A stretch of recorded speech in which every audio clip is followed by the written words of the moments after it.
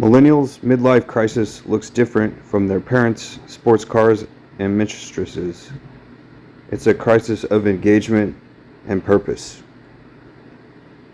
While their parents were buying sexy sports cars and changing hairstyles, or perhaps finding a mistress, those were the classic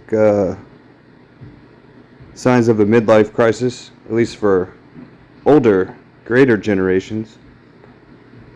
Yet, millennials have it so bad in today's economy that they think they're too poor to allow themselves the breakdown David, you're their not predecessors. even trying to get a job. Don't feel sorry for yourself.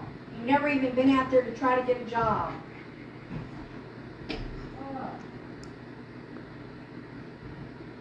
Millennials have it so bad in today's economy that they think they're too poor to allow themselves the breakdown their predecessors were mocked for. A new psychology study shows that of more than 1,000 millennials who were surveyed, 81% have reported that they can't afford to have a midlife crisis, which the Thriving Center of Psychology defines as either dramatically gaining weight or losing weight, consuming more alcohol, abstaining from alcohol, attending therapy, changing appearances, or taking on a new hobby like video games or podcasts. Many people who undergo a midlife crisis also experience anxiety, depression, loss of purpose, sadness, and burnout, according to the study.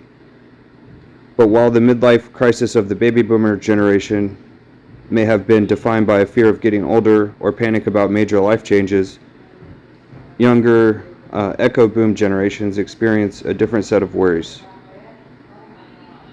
The midlife crisis for millennials is rather a crisis of purpose and engagement. Stephen Floyd, owner of SF Psychotherapy Services, tells Fortune magazine. Quote, "A generation that was encouraged to work hard and shoot for the stars. They got there and wondered, am I satisfied? Do I even care?" End quote. Why millennials can't afford a midlife crisis? Because in the past, the crises were usually defined by lavish spending, whether on expensive cars, extended vacations, cross-country or cross-world moves, or cosmetic surgery. But millennials face a challenging economy that makes it difficult for them to afford a traditional midlife crisis. Mason Farmani, a personal life coach at Farmani Coaching, tells Fortune. Millennials who were born between 1981, my sister, and 1996, when I was born. I just looked at my picture. Earn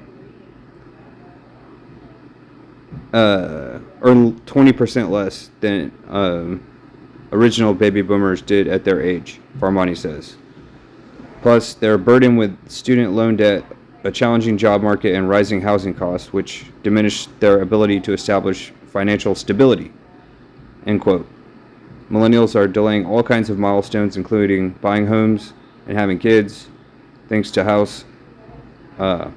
high housing costs and inflation, which also limits their ability to spend carelessly on a midlife crisis.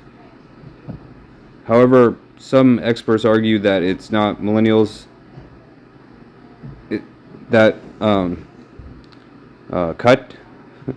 However, some experts argue that it's not that millennials can't afford a midlife crisis. That's a double negative. It's just that this inflection point in life may just look different from past generations. While the classic image of a midlife crisis may involve extravagant spending, it's the underlying emotional and psychological turmoil that truly defines the experience, says Andrew Latham, a certified financial planner, telling Fortune magazine. Quote, "Whether it's splurging on luxury items or making impulsive life changes, the essence of a midlife crisis lies in the quest for meaning, identity, and personal fulfillment, not on the balance of your checking account." End quote. That reminds me of Abraham Maslow, who's the most influential psychologist of the 20th century. That's all. I'm going to use Richard Nixon's voice for this.